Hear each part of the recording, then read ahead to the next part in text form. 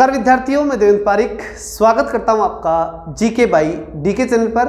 और विद्यार्थियों, आज हम पढ़ने जा रहे हैं वो है राजस्थान का पूर्वी मैदान। पिछली क्लास में हमने पढ़ा था कि राजस्थान का जो मरुस्थलीय क्षेत्र है, इस पूरे मरुस्थलीय क्षेत्र के बारे में हमने जानकारी ली थी। इसमें दो भाग हमने पढ़े थे, शुष्क अर्धशुष्क, और उनकी डिटेल पढ़ी। अब जो दूसरा महत्वपूर्ण है, होने को तो अरावली है, लेकिन अरावली को समझने से पहले मेरा मानना है कि हमें क्या पढ़ना चाहिए, मैदान। क्योंकि मैदान पढ़ने के बाद ये जो क्षेत्र है ना, उधर वाला और इधर वाला, ये कंप्लीटली समझने के बाद हम समझ जाएंगे कि बीच में कौन सा एरिया आ गया। ये ज़्यादा अच्छे से समझ में आता है, मेरा ये मानना है। अब हम बात करें कि पूर्वी मैदान जो है उसमें प्रश्न किस प्रकार से आएंगे। तो देखिए, एक तो आजकल जो प्रश्नों की बढ़िया कैटेगरी चालू हुई है वो क्या है, वो ये कि जिले पूछते हैं कि ये जिला प्रमुखतः किस में आएगा, ये रेगिस्तान में आएगा या अरावली में आएगा या पठार में आएगा। थोड़ा सा ज़्यादा दिक्कत तो नहीं आती, लेकिन इस क्षेत्र में ज़्यादा दिक्कत आती है जहाँ पर ये तीनों कमांड मिलते हैं। कौन? अरावली, मैदान और पठार। यहाँ दिक्कत होती है, यहाँ थोड़ा सा भी इधर उधर हुआ और क्वेश्चन गलत होने की संभावना रह जाती है। इसलिए इसको थोड़ा सा हम डिटेल से पढ़ेंगे और अच्छे से पढ़ेंगे, ध्यान से पढ़ेगा, प्रश्न गलत नहीं होना चाहिए, यही हमारा टारगेट है। ठीक है, चलिए शुरू करते हैं मैदान की तरफ। ठीक, पहले इसमें जिले याद करेंगे, अपन ध्यान से समझेंगे, याद तो हो जाएगा, समझ लीजिए आप। ठीक है, चलिए सबसे पहले भरतपुर। देखिए भरतपुर पूरा किस में आ रहा है, मैदान में। ये मैंने मैप बनाया है, इसमें ये जो क्षेत्र है ना, ये नीचे हाड़ौती है, और ये जो डॉट दिख रही है ना आपको, इस डॉट के इस साइड में ये अरावली का हिस्सा है। क्लियर? चलिए, तो भरतपुर किस में आता है, पूरा पूरा मैदान में आ रहा है। अब इसके बाद पूरा पूरा देखो, दौसा, ये पूरा मैदान में आ रहा है। फिर टोंक और सवाई माधोपुर, ये भी पूरे पूरे कहाँ आएंगे, मैदान में आ रहे हैं। ठीक है, नेक्स्ट जो चीज़ आती है, वो आगे जो क्षेत्र है ना, वो लगभग सारे क्या हैं, वो आधे अरावली में और आधे मैदान में आ रहे हैं। तो अब हमें समझना होगा कि वो कौन से हैं। देखिए, सबसे पहले अलवर, बिल्कुल अच्छी तरह समझ में आया होगा। अलवर का ये हिस्सा जो है वो अरावली में पड़ता है और नीचे वाला हिस्सा मैदान में। फिर जयपुर, जयपुर में ऊपर वाला हिस्सा अरावली में, नीचे वाला मैदान में। फिर हम चलते हैं अजमेर में, अजमेर में भी अरावली है और मैदान है। फिर भीलवाड़ा, भीलवाड़ा में कुछ हिस्सा अरावली का और बाकी मैदान का। फिर चित्तौड़, प्रतापगढ़ और बांसवाड़ा, कुछ हद तक अरावली का और कुछ हद तक क्या आएगा, मैदानी हिस्सा आता है। अब हम इसको अच्छे से समझे तो यहाँ से हम कुछ फैक्ट्स लेकर के आते हैं जो हमें अच्छे से याद रखने पड़ेंगे और रट के रखने पड़ेंगे। बड़ी मजबूती से आपको इनको तैयार रखना पड़ेगा। इनमें से एग्जाम में प्रश्न आते हैं, और विशेष रूप से जो ये दो फैक्ट है ना ऊपर वाले, ये ज़्यादा विशेष रूप से एग्जाम में पूछे जाते हैं, इनको ध्यान से याद रखना। देखिए, 23% क्षेत्रफल पे 39% जनसंख्या निवास करती है। एक बात समझ लीजिए, जब भी आपको 2 और 3 का आंकड़ा दिखाई देना, 2-3 का आंकड़ा लगभग, तो ये सब मान लीजिए कि ये मैदानी क्षेत्र का ही है। क्योंकि देखो यहाँ पर क्या है कि जनसंख्या जो है वो ज़्यादा रहती है और निश्चित रूप से ज़्यादा रहेगी। इसका रीज़न क्या है कि जनसंख्या ज़्यादा होने का सबसे बड़ा रीज़न जो ये है कि ये मैदान है और मैदान में जनसंख्या ज़्यादा रहेगी।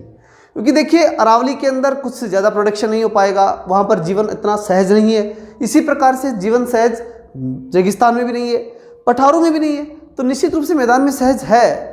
मैदानों के अंदर व्यक्ति अपना विकास कर सकता है, उद्योग धंधों का विकास कर सकता है, हर प्रकार का डेवलपमेंट संभव है। इसलिए मैदानों में जनसंख्या ज़्यादा ही रहती है, 23% पे 39% जनसंख्या निवास करती है। अब हम देखते हैं इसमें वर्षा, और वर्षा का बड़ा कंसेप्ट यहाँ है। कैसे? देखिए, जब हम बंगाल की खाड़ी की तरफ से आते हैं ना, बंगाल की खाड़ी की तरफ से मानसून आता है, ठीक है, उत्तर पश्चिमी मानसून है, और वो बंगाल की खाड़ी की जो शाखा है वो इधर से आती है। तो बंगाल की खाड़ी से टकराती हुई यहाँ गारो खासी जयंतिया की पहाड़ियों से टकरा करके, और फिर जब उत्तर भारत में घूमती हुई जब ये बरसात राजस्थान पहुँचती है, तो राजस्थान में जब जैसे ये पहुँचती है तो ये पूर्वी हिस्सा पूरी तरह से अच्छा लाभ उसका उठा पाता है, बहुत अच्छा लाभ इसका उठाएगा। अब इसमें ये जरूर है कि जो पठारी, जो हाड़ौती का जो क्षेत्र है, उसमें इससे भी कुछ ज़्यादा वर्षा होती है, लेकिन इसमें कितनी, 50 से 80 सेंटीमीटर वर्षा हो जाती है। निश्चित रूप से अच्छी वर्षा होती है किसमें, पूर्वी मैदान में 50 से 80 सेंटीमीटर वर्षा। अब दूसरी जलवायु, तो इतनी बरसात अगर यहाँ होती है तो जलवायु निश्चित रूप से कैसी होगी, आर्द्र होगी। और मैंने एक बात कही आपको कि ये पठारी क्षेत्र में 80 से भी ज़्यादा होती है, मतलब यहाँ अति आर्द्र होगी। तो अति आर्द्र से तो पहले की होगी, तो ये क्या हुई, आर्द्र। मिट्टी कैसी होगी, जब इतनी बरसात, इतनी नदियाँ कितनी हैं यहाँ पर, ये सब होंगे तो निश्चित रूप से मिट्टी में क्या होगी, जल धारण करने की क्षमता होगी, मतलब जलोढ़ होगी, जल को ओढ़ेगी, ये जल को ज़्यादा प्राप्त करेगी। तो ये जलोढ़ मिट्टी यहाँ पर पाई जाती है। अब हम बात करते हैं इसके महत्वपूर्ण हिस्से की, वो है इसके पार्ट, इसके भाग। तो 4 नदियों के अकॉर्डिंग हम इसके 4 भाग करेंगे, ठीक है। पहली चीज चंबल का मैदान। तो देखिए चंबल का मैदान, चंबल नदी किनारे किनारे जब हम चलते हैं तो इस हिस्से के अंदर जो है वो क्या है, मैदान, चंबल का मैदान है। चंबल नदी से बना हुआ क्या है, मैदान है। इसी प्रकार दूसरा माही, तो नीचे जो मेवाड़ में मैदान बनता है, बांसवाड़ा डूंगरपुर के क्षेत्र में जो 56 का मैदान कहा जाता है, ये मैदान जो है वो माही का मैदान हो गया। तो माही का मैदान, चंबल का मैदान। इसी प्रकार अजमेर से जब हम चलते हैं तो अजमेर और टोंक में बनास का मैदान हो गया। तो ये बीच वाला क्या हो गया, बनास का मैदान हो गया। फिर ऊपर की तरफ चले तो ये बाणगंगा का मैदान है। जयपुर से बाणगंगा नदी निकलती है बैराट की पहाड़ी से, तो यहाँ से पूरा पूर्वी मैदान लगभग किससे बन गया, बाणगंगा से। तो ये पूरा जो क्षेत्र है मैदानों का वो 4 नदियों से डेवलप हुआ। कौन कौन सी, चंबल, माही, फिर उसके बाद बनास और उसके बाद में बाणगंगा। ये 4 प्रमुख नदियां हैं जिनसे अच्छा डेवलप ये एरिया हो गया। अब उसके बाद में उसके 2 उपनाम आपसे पूछे जा सकते हैं। इसका जो ऊपरी क्षेत्र है, प्रश्न ऐसे आ सकता है कि राजस्थान के पूर्वी मैदान का उत्तरी क्षेत्र किस नाम से जाना जाता है, ठीक है। तो ये ऊपर वाला क्षेत्र है ना, ये मालपुरा करौली का मैदान कहलाता है। किस नाम से जाना जाता है, मालपुरा करौली का। और नीचे वाला जो है इसे मेवाड़ का मैदान कहते हैं।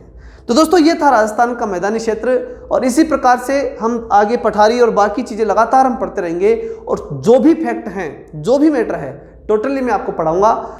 लाइक तो कर दीजिए, ठीक है। और सबसे बड़ी बात, आप रेगुलर जुड़े रहिएगा। आपसे इतनी ही रिक्वेस्ट है कि रेगुलर आइए, पढ़िए, जिससे मेरा भी मनोबल बढ़े। स्टूडेंट्स की एक शिकायत थी क्या, कि सर कल जो आपने पढ़ाया उसमें स्क्रीनशॉट के लिए आपने साइड में नहीं हुए। तो मैं अभी हो जाता हूँ, आराम से आप स्क्रीनशॉट ले लीजिए। और उसके बाद ये बात मैं फिर कहूँ आपको कि स्क्रीनशॉट लेकर के डेली क्लासेज जो है ना उनको रेगुलर जचाते रहिएगा। कंप्यूटर से कहीं से भी आप उसकी प्रिंट आउट निकला लीजिएगा और अच्छे से नोट्स आप तैयार कर सकते हैं, कोई दिक्कत नहीं। पूरे राजस्थान जीके और इंडिया जीके के पूरे नोट्स मैं आपको उपलब्ध करवा दूंगा। तरीका यही रहेगा, पूरे बिल्कुल यहाँ लिखा हुआ होगा सब कुछ, उसको आप अपने तरीके से तैयार कर लीजिएगा। चलिए स्क्रीनशॉट ले लीजिए, फिर मिलते हैं, तब तक के लिए जय हिंद, जय भारत।